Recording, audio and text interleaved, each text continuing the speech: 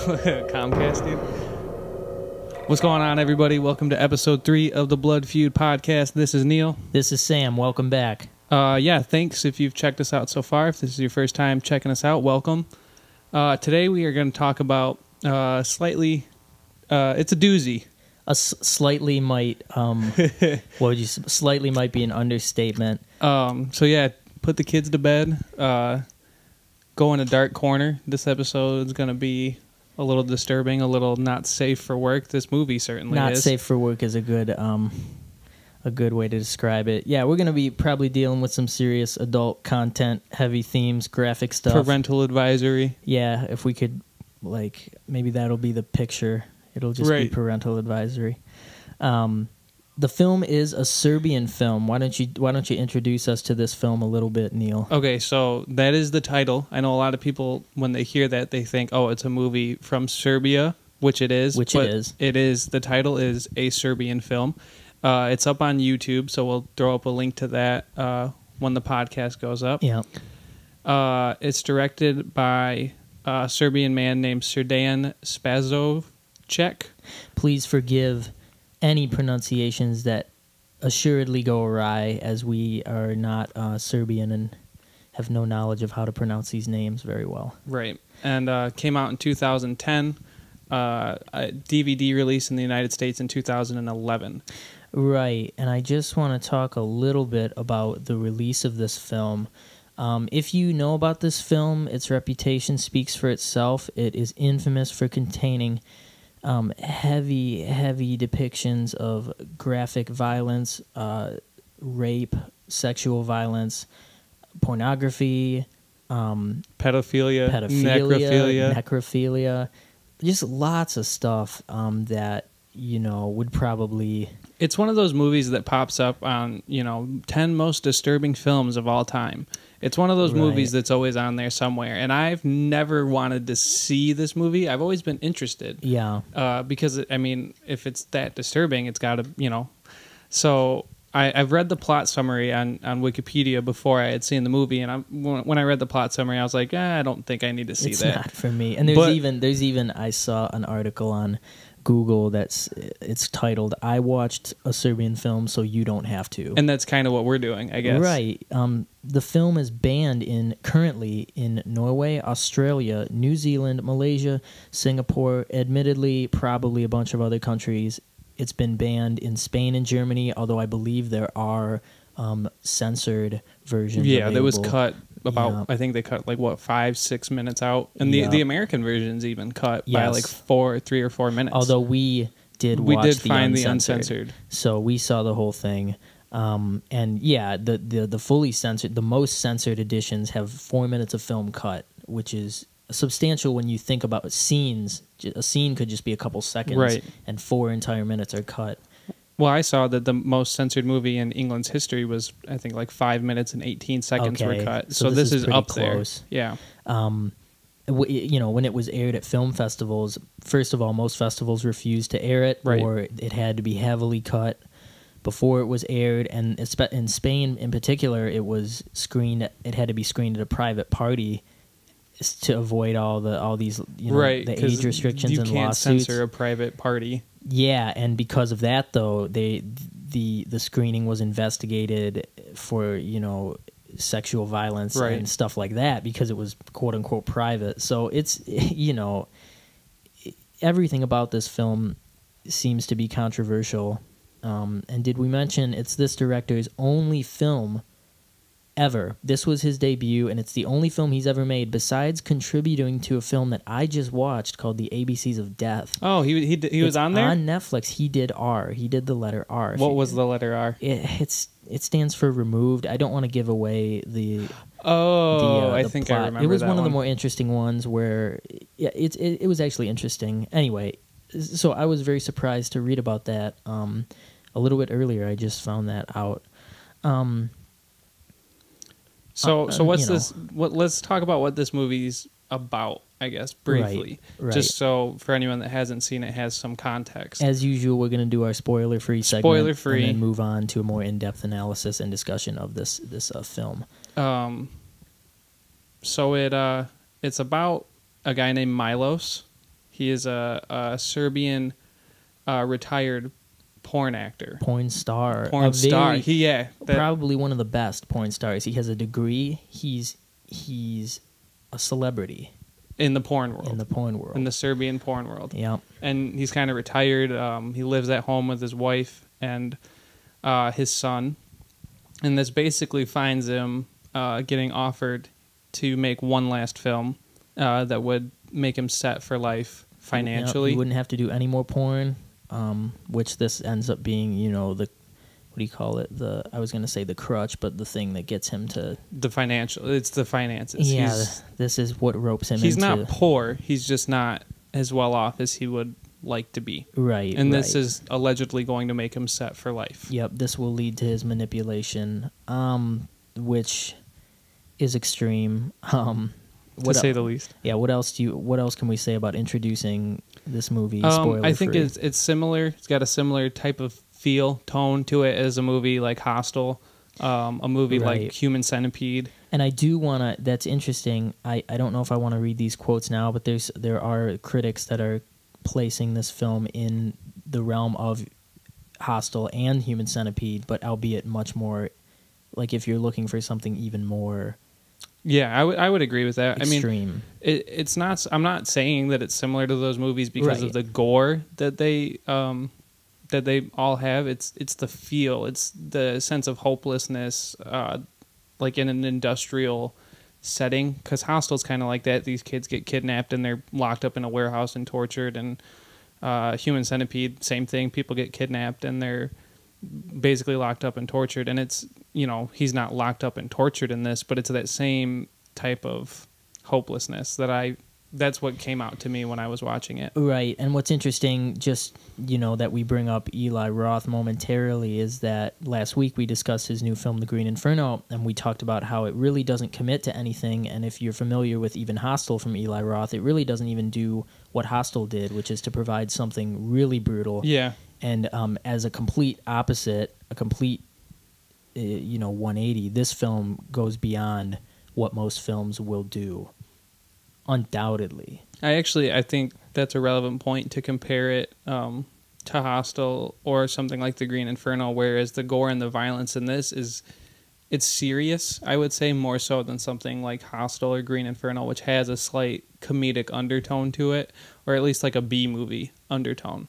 Yeah, the B-movie undertone is definitely evident. I do want to read this quote by A.O. Scott of the New York Times, which was a review of the movie, and this kind of sums up really nicely what the film is kind of all about, and especially lumping it in with these other movies. He says, at first glance, few are likely to dare a second. It belongs in the high-concept shock horror tradition, whose most recent and notorious specimen is probably The Human Centipede. As it often is the case with movies like this, a Serbian film reveals in its sheer inventive awfulness and dares the viewer, revels in its sheer inventive awfulness and dares the viewer to find a more serious layer of meaning, which I think I want to talk about. I tried to pick eventually. up on a more serious meaning throughout the film, and I didn't really find one, but I know you did. I don't know if I did, but I'm just saying that's something I want to talk about because the director... claims that this is kind of a parody, an allegory for something else, which apparently is tied into the state of film and art in Serbia. Right. I mean, I guess I could see that, but it also could be his way of justifying a shock, horror, torture, porn movie. For sure. And, even just to quote the director, upon being asked, why did you name this film a Serbian film?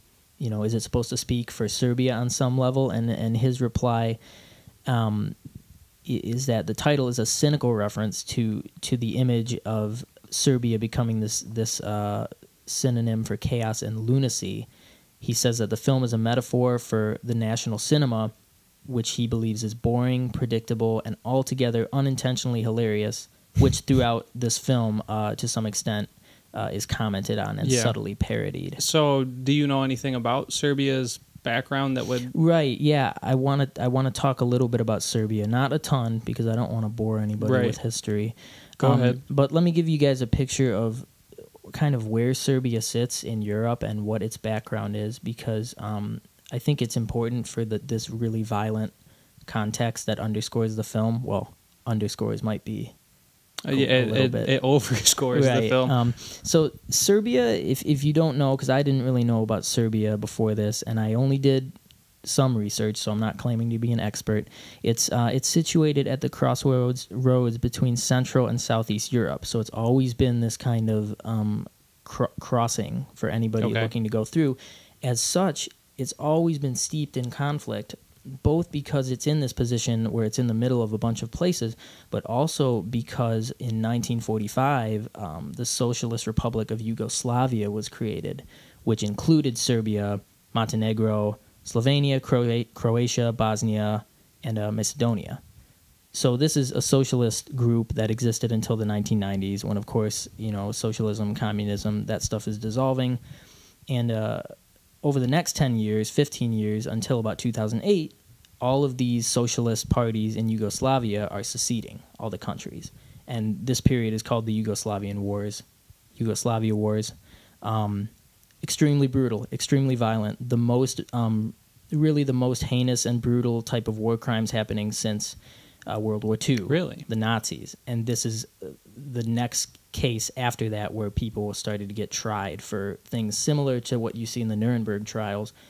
In particular, there's a lot of rape, a lot of sexual abuse. Interesting. That would happen with any war, obviously. Right. But it's present here. And these are the things underscoring Serbia's political background. In addition to that, Montenegro and Serbia were the last two nations that were bound together by this Yugoslavian republic until 2006, when Montenegro seceded, landlocking Serbia. So Serbia is in this really claustrophobic spot. And then finally in 2008, Kosovo, which wasn't even its own country, it was just a province in southern Serbia, seceded as well.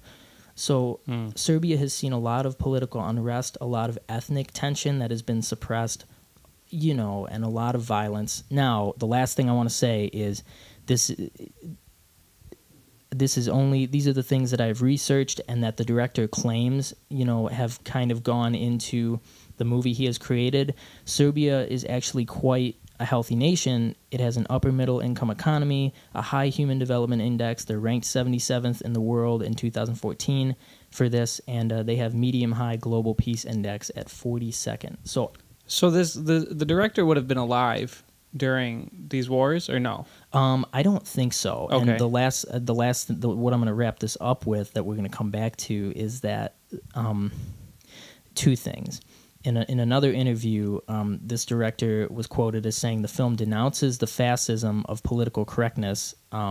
He was asked if it pertains to anything related to the Yugoslav wars, and while the director says that it doesn't directly pertain to this period, it doesn't technically touch on war themes, but in a metaphorical way, it is supposed to deal with the consequences of post-war society, and a man that is exploited to the extreme in the name of securing survival for his family. I mean, I guess that makes sense. So the reasoning behind him making it such a sexual film is because I'm not really buying that, I guess. I agree, and here's some criticism to enhance your argument, your position there. This film is not only controversial because of how violent and abrasive it is, but another Serbian film director really came down hard on the director of a Serbian film, accusing it of being not only shallow and plain wrong, but he also is accusing the director of kind of being really off base in his intent. What he almost says, exploiting. Yeah, what he says is, I have a serious problem with a boy whose father got wealthy during the 1990s. And again, this is stuff we don't know about, but he says during the 1990s, it's nothing against making money, but I know how money was made in Serbia during the 90s. I assume this has something to do with all the political unrest happening. This director's father had money. Okay? That makes sense. So he sends his son, the director of a Serbian film, abroad, and eventually his son comes back, has a bunch of money. Then he films his view of this country using his father's money and calls the whole thing a Serbian film. And what his name is Dragan Balagrek. I don't know how to pronounce it. That's the guy criticizing this director. To me, that's a metaphor for something that's unacceptable. So they're saying that this guy's trying to make a point about something that he doesn't really know a whole lot about. In addition to the fact that his advantages and the whole reason he was able to even make a film is because he has money from his father who, potentially attained this money from the same means that this guy is criticizing, that this director is criticizing, you know what I mean? Yeah, no, I could definitely see that. So that really wraps up my discussion of the history, the politics, and the context. But I think it's important because these violent themes, these themes of unrest and claustrophobia, I think those underscore this film. Yeah, no, I'd agree with that. I just I don't know how, did he? Oh, I'm going to set out to make a film about the struggles of Serbia, or I'm going to make this messed up film that's kind of got these undertones. I mean, I don't know for sure, and I want to end that discussion by saying this is what the director has told us, and this is the criticism. And what I'm not saying is that I think the film. I don't know if the film does a good job of achieving. Yeah, no, I'd agree with that. But this is what was inside this director's head, and if that, that's just meant to give us a little bit bigger of a picture of the context. Okay. So enough of that. Let's talk about briefly before we go into more spoilers. I don't know if I want to talk about who the movie's for yet, but what should we say about the film as a whole? What can you expect, and why should or shouldn't you watch the film? I think if you're going to watch this movie, you need to be someone that's not easily offended or offended, period. Absolutely. There's several offensive scenes. I guess, like I said, the reason I watched this movie is because I wanted to see what all the hype was about. I agree. I don't think anyone's going to watch this movie and enjoy it immensely. Yeah, and it's interesting to see the critical responses because some people are really on board with this, and some people are comparing it to Twilight, saying that this film has as much to do with real, social political commentary as Twilight has to do with that kind of thing. You know what I mean? That was an actual press quote. I will say that I didn't hate this as much as it's not the worst movie I've ever seen. It's not the worst horror movie I've ever seen. The soundtrack especially is phenomenal. I think the sound design period is great. Yeah. I think the production values of this movie are surprisingly really, really good for a movie that's about a porn star. Absolutely. Especially in contrast to the movie we talked about last week, Eli Roth, Green Inferno, a completely generic and ineffective soundtrack that does nothing. Right. As opposed to this soundtrack is very industrially electric, very unsettling. Yeah, there was a scene where I had to turn down, not that it was loud. Right. It was just abrasive, but it was meant to be abrasive. Yeah, and I loved that. There's one writer compares the pacing of the movie to video games. He says the movie has video game pacing, and I think that's interesting, and I want to talk about that more later. Regardless, I don't know if we've played this up quite enough yet, but this movie is fundamentally disturbing. It's pornographic from start to finish, and then you throw in the fact that it's snuff pornography that's happening, which... You want to jump into spoiler talk? Well, right before we do that, maybe do you have any other thoughts to give people spoiler free? Or have you said most of what you want to say? Yeah, no, I think, like I said, if you're gonna watch it, know what you're getting yourself into. Yep. It's not the type of movie. I mean, it's not even on Netflix, but if it were, it's not one that this looks good. Netflix actually pulled it in 2011 with no explanation. This needs to be a movie that I want to be disturbed when I watch it. I want to, So I can't say it's the most disturbing film out there because I don't know what that is, but it's the most disturbing film I've seen by far. And I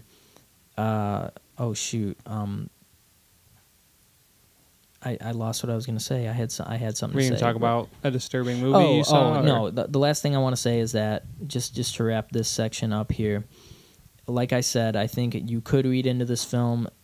Obviously, the director had a lot of political and social impetus driving, the movie, and I think it's also very heavy-handed in the movie. We'll talk about that, but I don't necessarily know if there's much of it there that really does anything for the audience other than create maybe a villain in the movie.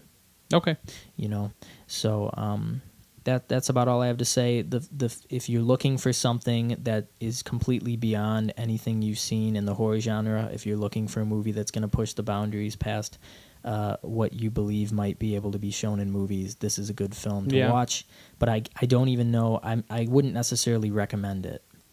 No, I would agree with that. I'm not gonna. Oh, dude, you should totally check out a Serbian film. Mm-hmm. It's like I said, if you want to be disturbed, if you want to see this, then go watch it. It's not the worst movie ever. It's watchable if that's what you're looking for. Yeah.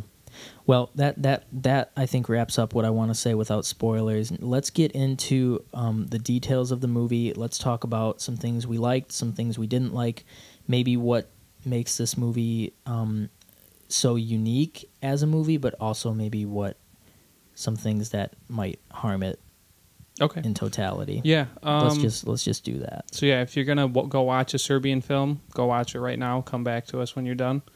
If not, we're gonna do our best to. I don't know how deeply we're gonna delve We're not into the entire film.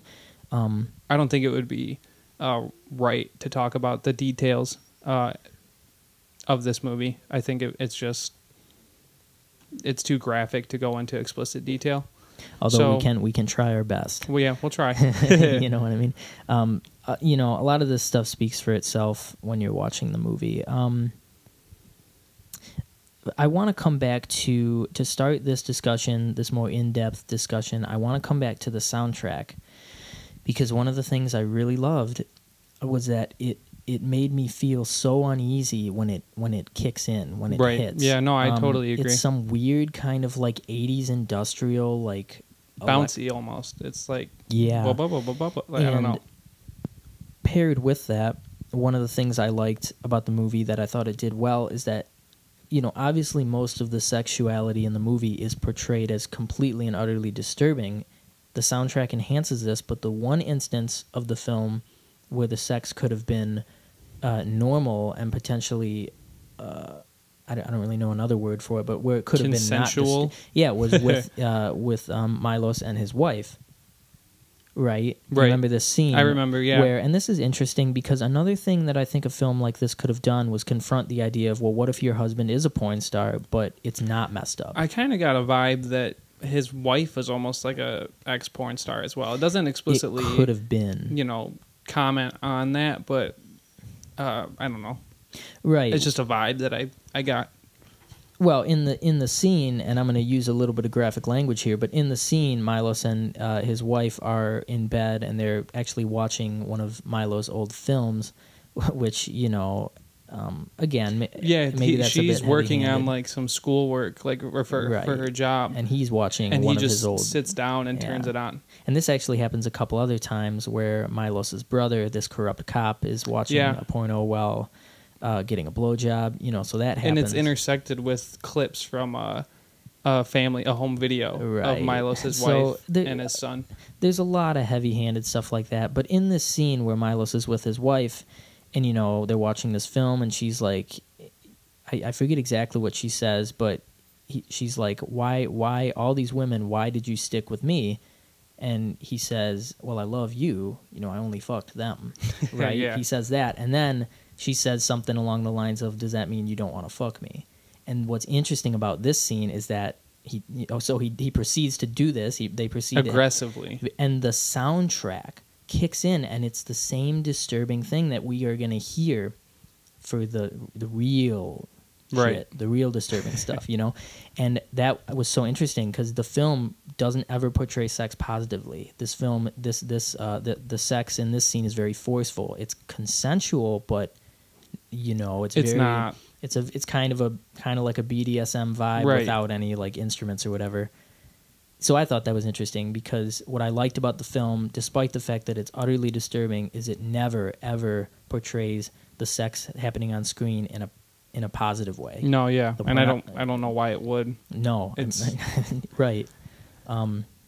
Yeah, so I liked that element of it. Okay, so I guess the next thing that I wanted to talk about, kind of a critique of the movie, is one of the characters. Okay. And it's the mother that appears throughout the film. Oh, the one that abuses the young girl named Jekka is her name. And it's referenced that her husband was a war soldier. Yeah, and she had disgraced her husband. Right, but it never goes anywhere with that. Right. That I thought would be logical. Like it makes references to Milos having sex with, and all of this is occurring while. I guess we should talk about this character real quick. Vukmir, he's the director of the film. Yep. And he follows Milos around. Yep. And puts him into situations. Yeah, and Vukmir is very blatantly, very heavy-handedly supposed to stand for this kind of governmental, abusive figure who's trying to push the bounds of art beyond the limits of where it should go. I mean, there's literally a scene where he says exactly what this director has said. Art is washed up in Serbia. Art, we're not doing it justice. Doesn't he say porn is real art? Porn is real art. Right. There's other stuff he says too. It's very heavy-handed, and it's instances like this where I think the film kind of robs itself of the ability to take these deeper messages seriously. You know, these messages that could have been more nuanced. You know, where a film like maybe Clockwork Orange would do it better because it's not. I don't really want to talk about that film, but you know what I mean. No, yeah, I get you. It's very blatant. It's not subtle at all. Heavy-handed, yeah. Yeah. But I guess going back to the... I'm sorry, continue. No, the woman and the girl. And the daughter character, Jekka.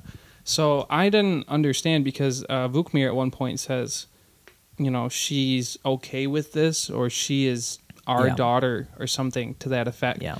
And it does not seem like the mother is okay with it, but it seems like Jekka is.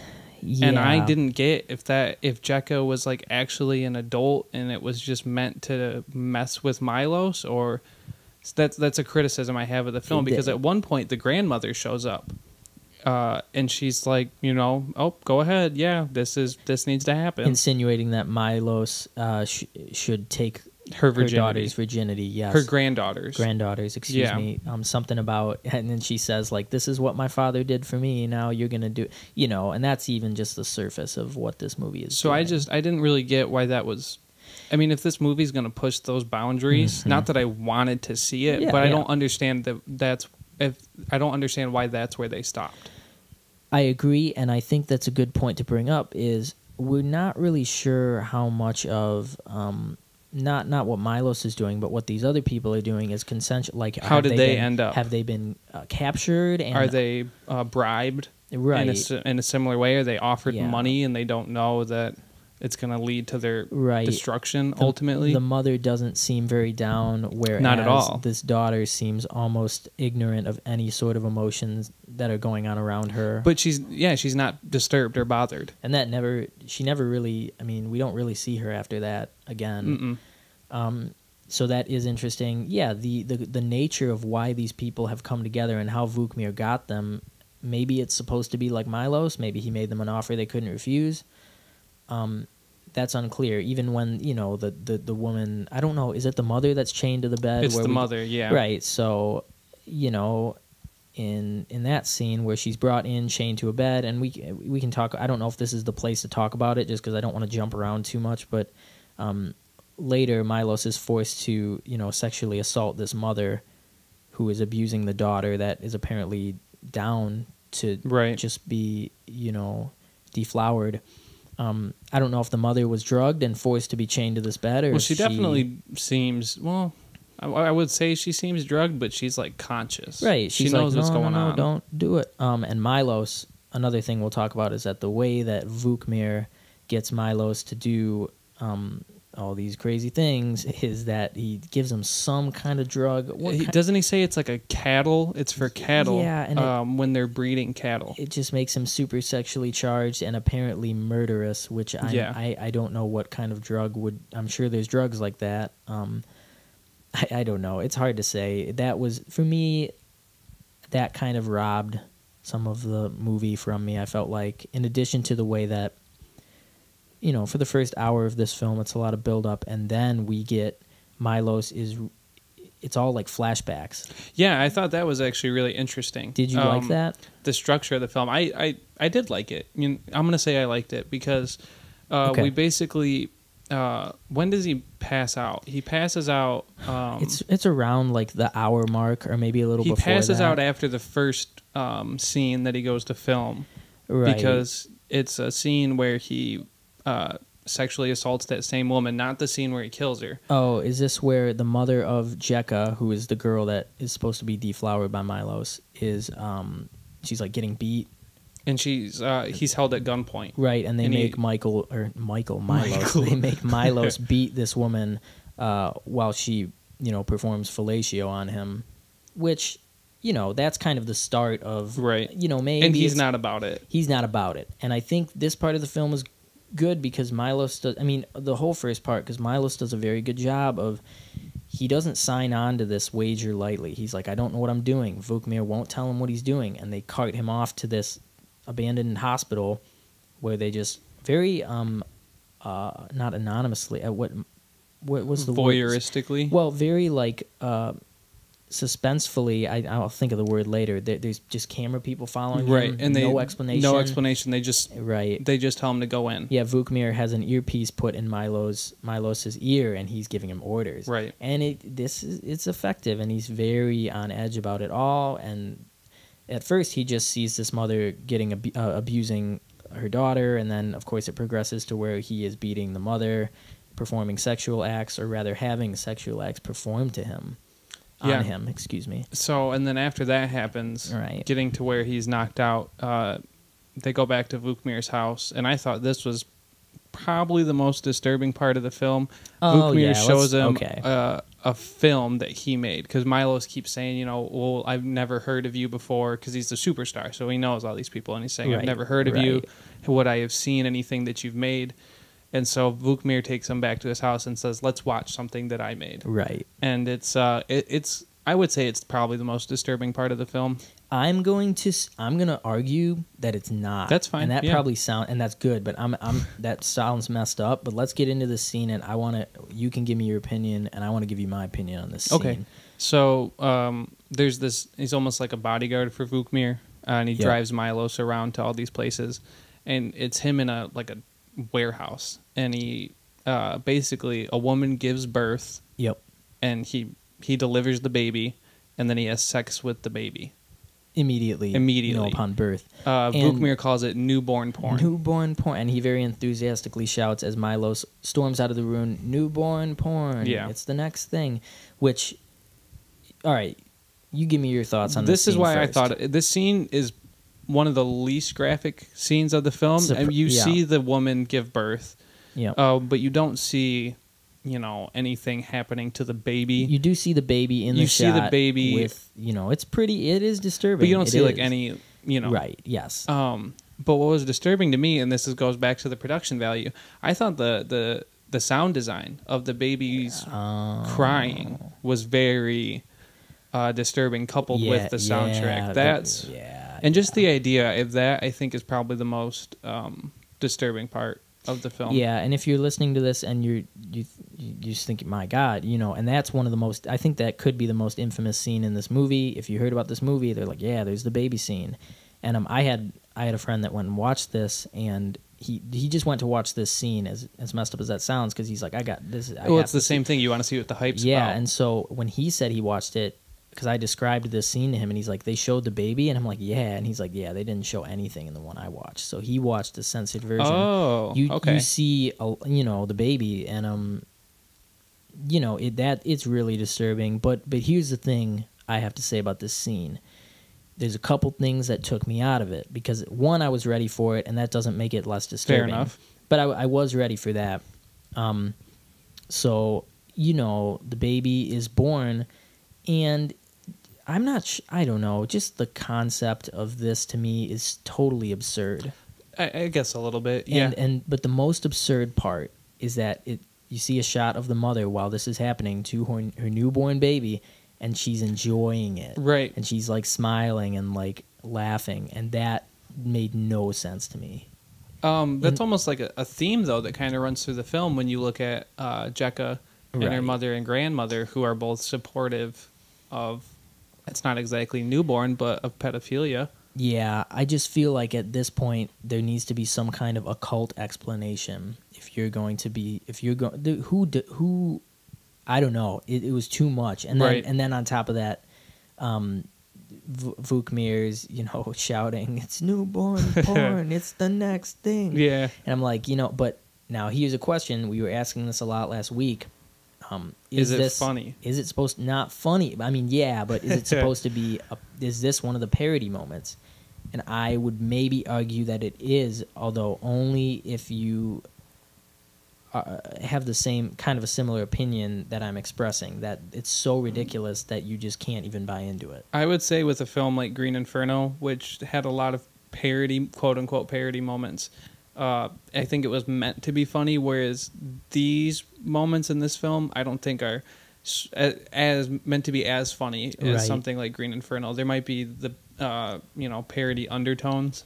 I don't think funny is not the right word, but no. I think I think the intent could have been to make us stop and think, if you can get past the concept.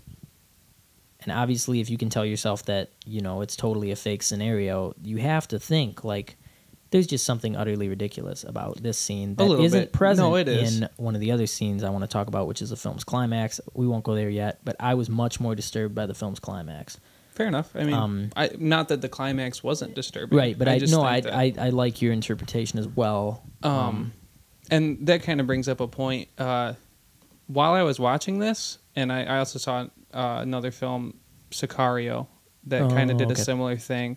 It made me think about how desensitized I am to violence. Because if I feel like this is something that I shouldn't have seen. Yeah. That should have been more disturbing than it was, but I never had to turn off the film or look away or anything. And I feel like, not that I feel bad about that, but it's interesting to think like where our society's at now compared to, however many years ago. And I think on that same note, this film gets really disturbing, not only when you watch it, because it is disturbing, fundamentally disturbing, but when you begin to think about the fact that things like snuff pornography most assuredly have existed or potentially continue to exist in some dark corner of the globe. You know what I mean? This is not. I mean, obviously, nothing in this movie is real, but in a sense, and I don't think the movie's trying to comment on real snuff pornography, but just thinking about that subject and what kind of audience could be looking for that. That's disturbing to me. So in that way, the film could be more disturbing than even what's on the screen. But yeah, the film, when I watched this film, I think I was pretty disturbed in a lot of these scenes. And now that it's been a couple days since I've seen the film, I've had time to calm down and think about just the film as a whole. And it's made me a little numb, I think. Numb to the violence, or just numb to the film itself, because now just thinking about it as a film, not necessarily watching it and being affected by what's in the film, it's just a different thing. I wonder if this podcast would probably be different if we had filmed it right after both of us watched the movie, having not researched it, But I think it's important to not just react, but to analyze. Yeah, because... Yeah, I would agree. I know there's no because to that statement. Okay, so going back to what we were talking about. So after he storms out, he is stopped he's at a stop sign while driving, and he's drugged. Right. This part actually was another really ridiculous scene. Yeah, well, she hits him with the drug. Well, a woman walks out who is apparently working for Vukmir, and hits him with a drug.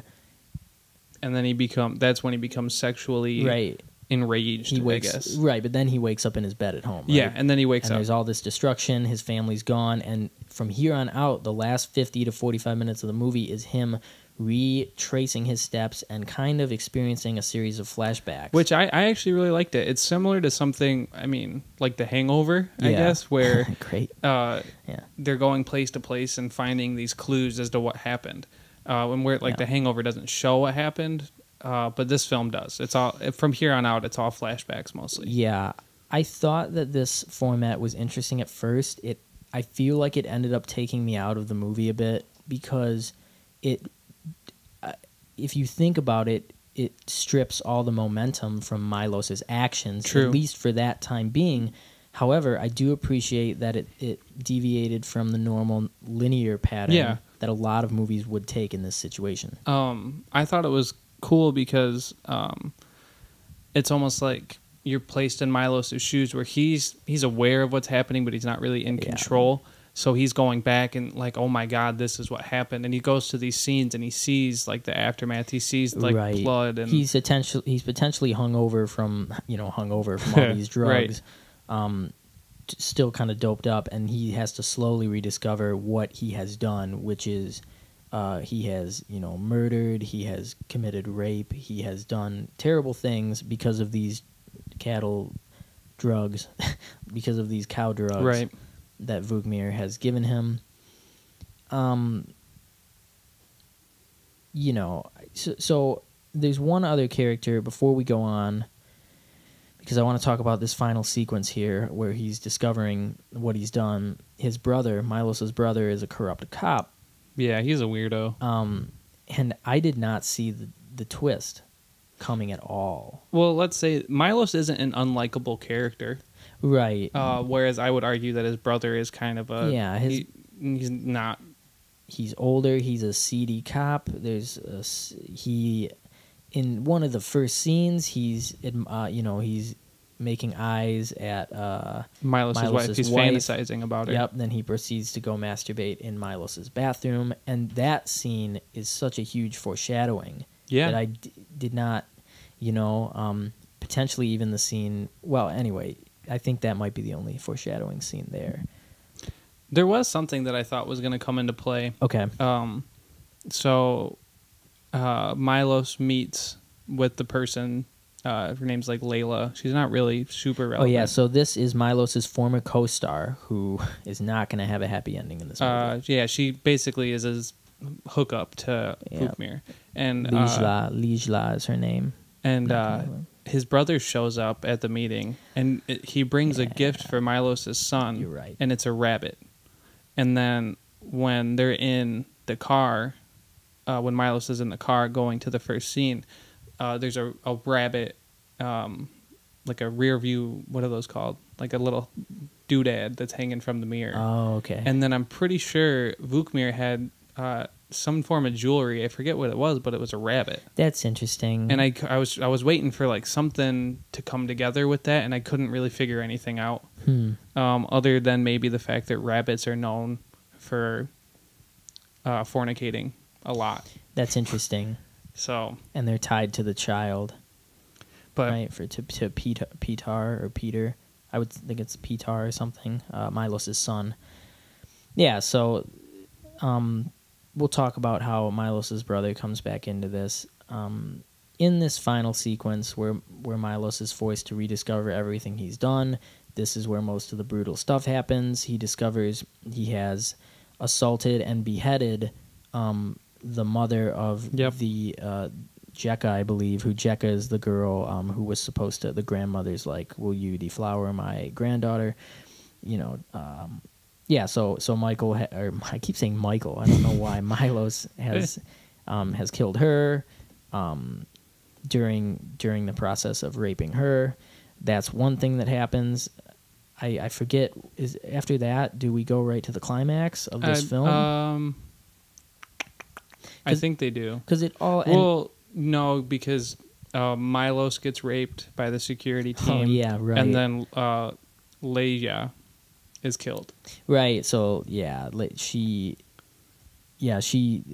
do they kill her? Because she's saying that maybe we should stop. Right, and then, of course, they they mutilate her, and I think it's actually it's the man in the mask, which will reveal who the man in the mask is. This was kind of another scene where you can see the parody, because Lijla is, if that's how you pronounce her name, is literally choked by this masked man's penis. And because so it's brutal, but at the same time it is really disturbing. They knock all her teeth out. It's really brutal, but at the same time that's another scene where it's almost like making fun of the statement, right? Like choke on it or something. I don't know. You hear that scene, it's over the top for sure. Very the whole heavy-handed. movie is. Okay, so the next part is when it's after he kills Jekka's mother. And after he finds a tape with a machete, we didn't talk about that, but the way he beheads her is with a machete that is given to him. And then he finds a tape of Leja being killed, which is his former co-star. And then he goes to Jekka's house. He's led to Jekka's house, and he tries to make an escape there. And this is all being presented in flashback.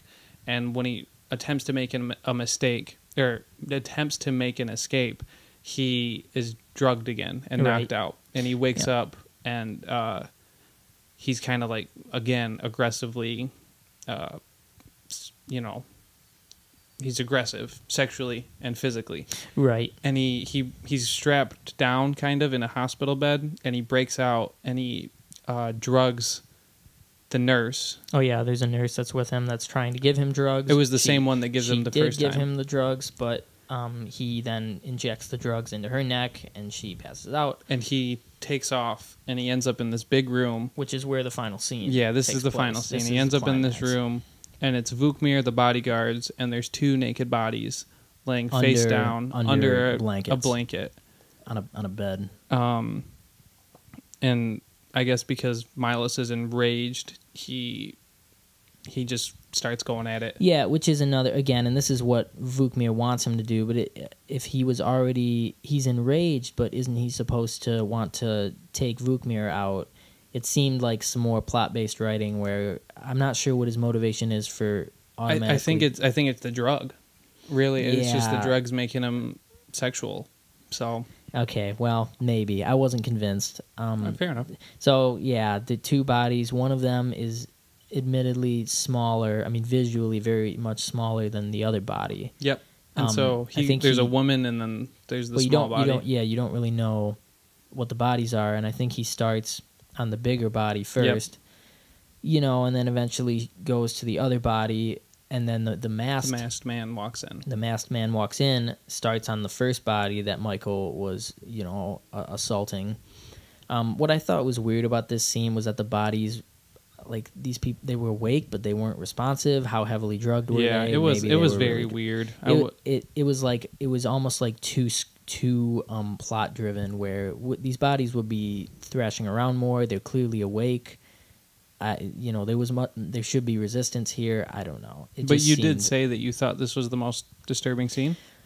Yeah, it just hit me really hard because, number one, I didn't see the twist coming, which was that Michael looks over at... Jeez, I keep doing that. Milos.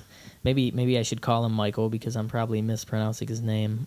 Anyway, he looks over at this masked man, and Vukmir removes the mask, and who is it? But I think it's Marcos. His brother. Which... I was kind of starting to think, well, it's not obviously, but if you're going to take the mask off, it's probably going to be a character that we've already seen. So, I guess the twist didn't really hit me that hard. I don't know why I didn't think about that. The twist didn't hit. I was like, okay, it's his brother. That's messed up. Still didn't make the connection.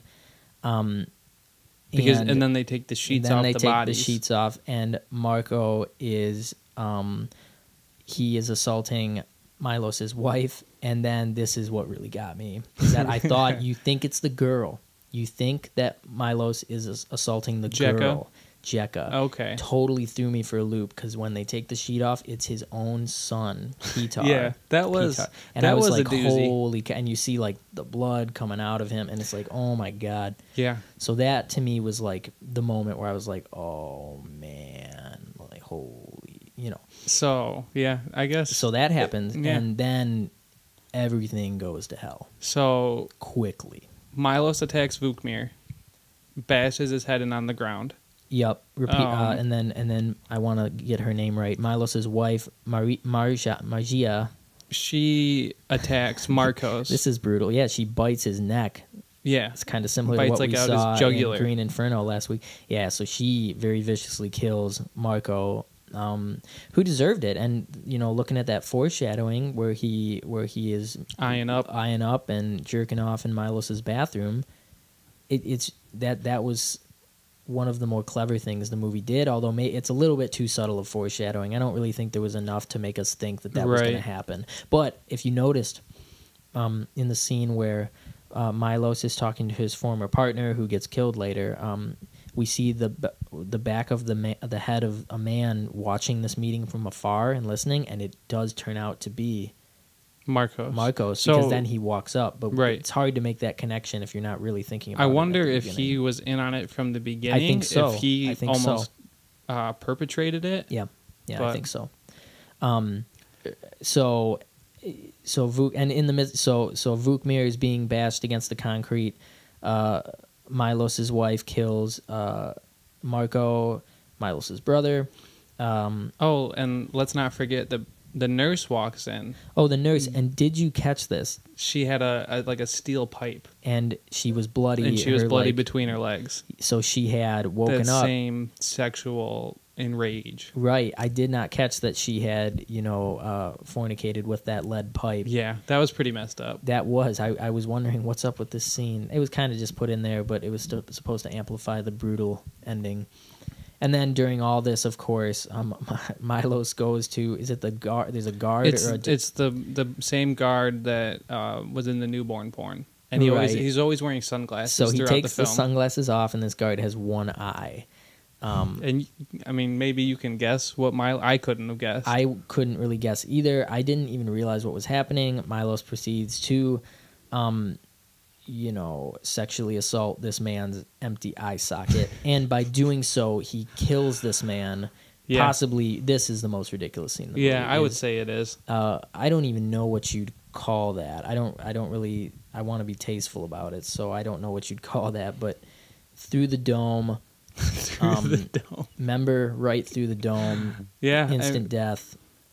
I'm not buying that one. But again, this is probably a moment where the pulp, horror, gore, what's the actual word? The parody maybe is supposed to come through. I don't know. It's utterly ridiculous. And so he's dead. And amidst all of this, Vukmir, in his dying words, is just kind of whisper screaming, "This is film." Yeah, this is film.